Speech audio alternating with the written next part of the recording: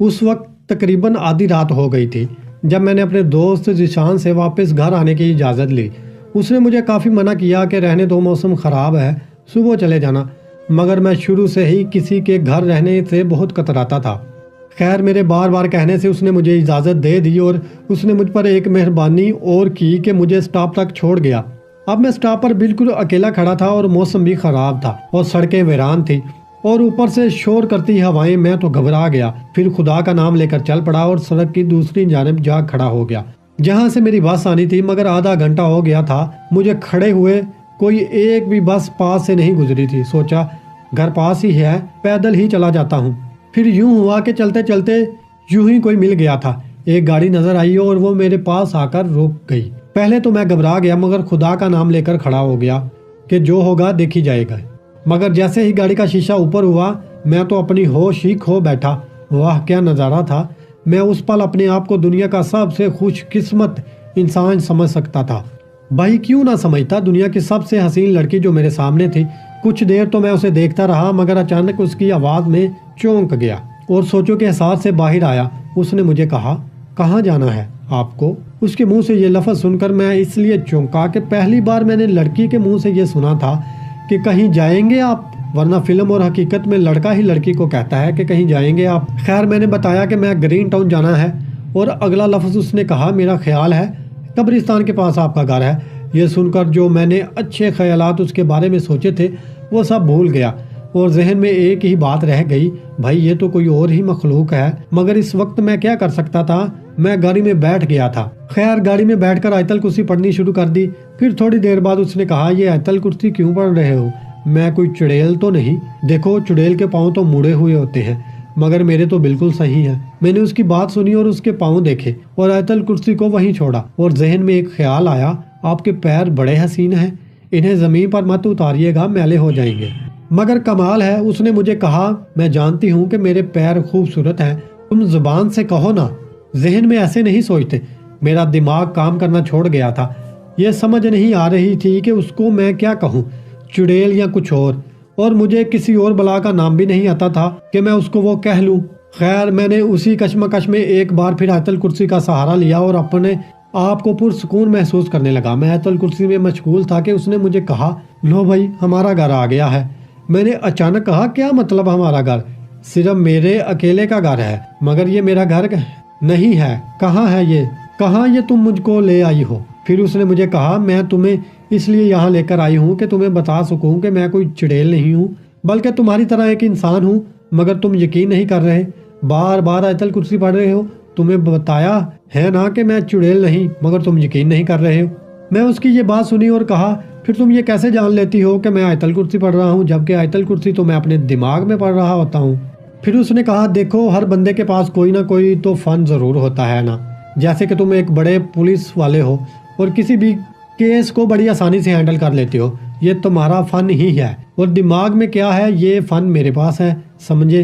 اس کی بات سن کر میں کافی حد تک مطمئن ہو گیا، مگر پھر ایک سوال ذہن میں آیا کہ اس نے کیسے جانا کہ میں پولیس والا ہوں؟ لیکن پھر اپنے ہی سوال پر شرمندہ ہو کے لڑکی کی ذہن پڑھ لیتی ہے، یہ بات بھی میرے ذہن میں آ گئی ہوگی۔ اب میں اس سے پوری طرح مطمئن تھا۔ پھر اس نے مجھ سے پوچھا کہ تمہارا نام احمد ہے، اور میں نے اسبات میں سر ہلایا، اور کیا کرتا میں اس کی ہر بات کو اس کا فن ہی سمجھ رہا تھا۔ پھر میری نظر اس کے بالوں پر پڑی، واہ کیا بال تھے، لمبے گنہرے، بس میں تو اس پر پوری طرح فدا ہو گیا تھا۔ پھر اس نے کہا بھائی یہ تو بتاؤ کہ تمہیں یہ جگہ کیسی لگی؟ اور میں نے جگہ دیکھی تو ایک خیال ذہن میں آیا، یہ جگہ کون سی ہے؟ بس اسی وقت میرا دماغ خراب تھا کہ قبرستان میں خیال آیا، لیکن مجھے کوئی احساس نہ تھا کہ یہ قبرستان ہے کہ کوئی حسین باغ۔ میں تو اس کا بے پناہ حسن دیکھ کر گرتا ہی جا رہا تھا۔ پھر اس نے کہا یہ جو باتیں تم سوچ رہے ہو اگر مجھ سے کہو تو کتنا اچھا ہو، مگر تم تو کیسے آدمی ہو؟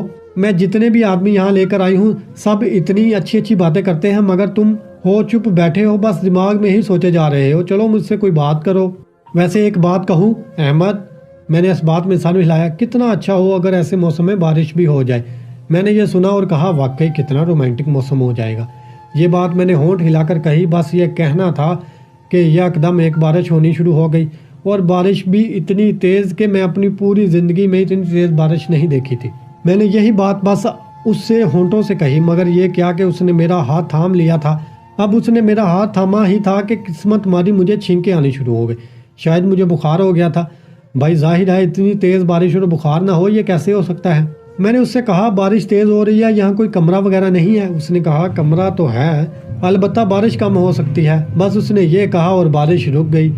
میری ان چیزوں کی طرف کوئی توجہ نہ تھی کہ یہ سب اس کے کہنے پر سے ہو رہا ہے۔ میں تو بس اس کے بے پناہ حسن پہ ہی مر مٹا تھا۔ میں نے کہا اچھا یہاں کوئی اور نہیں؟ تو اس نے کہا نہیں، صرف آپ دونوں ہی ہیں۔ پھر میں نے کہا میرا لیٹنے کو دل چاہ رہا ہے۔ تو اس نے کہا اچھا میں ابھی جگہ بناتی ہوں۔ بس یہ کہنا تھا کہ پاس ہی قبر تھی، اس میں سے ایک مردہ اٹھ کھڑا ہوا۔ یہ دیکھ کر تو میں بوکھلا گیا اور چکرا کر زمین پر گر گیا، اور جب میری آنکھ کھلی تو میں اپنے گھر میں تھا۔ سب گھر والے میرے ارد گرد کھڑے مجھے دیکھ رہے تھے، اور میری امی مجھے ٹھنڈے پانی کی پٹیاں کر رہی تھی۔ اور پھر ابو نے مجھ سے پوچھا کہ فیاض بیٹا رات کو کیا ہوا تھا؟ مجھے یہ نام کچھ اجنبی سا لگا، اور میں نے ابو سے پوچھا فیاض کون ہے؟ اور ابو نے بڑے پیار سے جواب دیا بیٹا تمہارا نام فیاض ہے، اور کس کا ہے؟ میں ایک دم بھڑک اٹھا، نہیں میرا نام فیاض نہیں، میرا نام احمد ہے، اور مجھے یہاں کون لے کر آیا ہے؟ میں نے واپس اسی کے پاس جانا ہے، میں اس کے بغیر زندہ نہیں رہ سکتا، میں اسی کے پاس جانا ہے، اسی کے پاس جانا ہے۔ یہ لفظ ہی کہتا رہا۔ میں دوبارہ پھر بے ہوش ہو گیا۔ پھر مجھے ہوش آیا، مگر کمرے میں کوئی نہ تھا۔ مجھے ایسے لگ رہا تھا جیسے وہ مجھے اپنی طرف بلا رہی ہو۔ میں مکمل طور پر اس پر فدا ہو گیا اور اس کے عشق میں گرفتار ہو چکا تھا۔ پھر اچانک دروازے پر ہلکی سی دستک ہوئی اور میرے ابو کمرے میں داخل ہوئے اور کہا آپ کیسے ہو فیاض بیٹے؟ مگر جیسے ہی ابو نے یہ نام لیا میں پھر بھڑک اٹھا، نہیں میرا نام فیاض نہیں ہے، میرا نام فیاض نہیں، مجھے نہیں پتا، میرا نام فیاض نہیں ہے۔ بچوں سی حرکتیں کرنے لگا۔ شک سا ہوا کہ ضرور کچھ ہوا ہے۔ پھر اگلے ہی دن میرے ابو مجھے ایک بزرگ کے پاس لے گئے۔ انہوں نے میرا ایک ہفتہ علاج کیا اور مجھے اپنے نام کی پہچان ہو گئی۔ پھر اس بزرگ نے مجھ سے ساری بات پوچھی اور میں نے بتا دی۔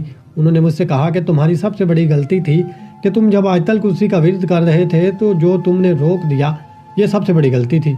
ہمیشہ ایک بات یاد رکھنا، کبھی خوبصورتی دیکھ کر ڈھیلے نہ پڑنا۔ ہماری قوم کی سب سے بڑی غلطی یہ ہے کہ خوبصورتی جیسا کہتی ہے ہم ویسا ہی کرتے ہیں اور خدا کی ذات کو بھول جاتے ہیں۔ جہاں تم نے آیت الکرسی کا ورد چھوڑا تھا وہ تمہاری محبت یا عشق نہیں تھا، بلکہ تمہارا ہوس تھا، اور خدا کے علاوہ یہ کوئی نہیں جان سکتا کہ دل و دماغ میں کیا ہے۔